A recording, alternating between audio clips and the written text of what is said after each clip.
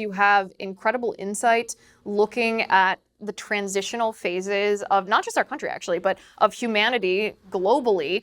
What happened between your example of, oh, if we had shut down for 15 days in the 1950s, they would have stopped after 15 days, we would have reopened. What happened between then and now at both ends of the spectrum? The politicians and the people who were conditioned to continue to accept this. I mean, there's still masks in the airport today. I know, it's ridiculous. But, and especially because, like I said, I'm the guy, and now the disease has changed, but I'm still, a guy at risk. I don't pay any attention to it at all. If I go, I go. I was willing to stay home for 15 days, but after a while it got ridiculous.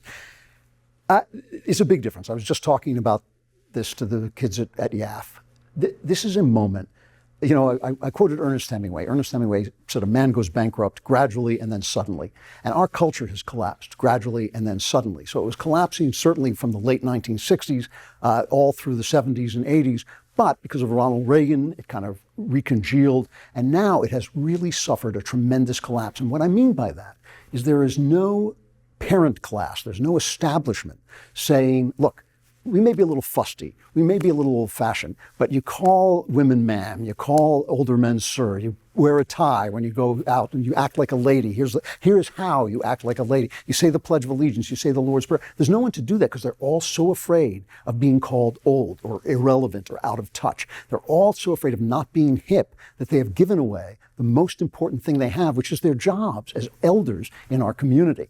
And they're utterly gone. You go to a college and they don't teach you the great books. You go to church and they shut down because there's a disease, which is what churches are there for. They're there to open up, especially for Catholics. They deny people the body of Christ, in a moment of crisis. And that is the wages of materialism. That is this idea that we are nothing but flesh and chemicals.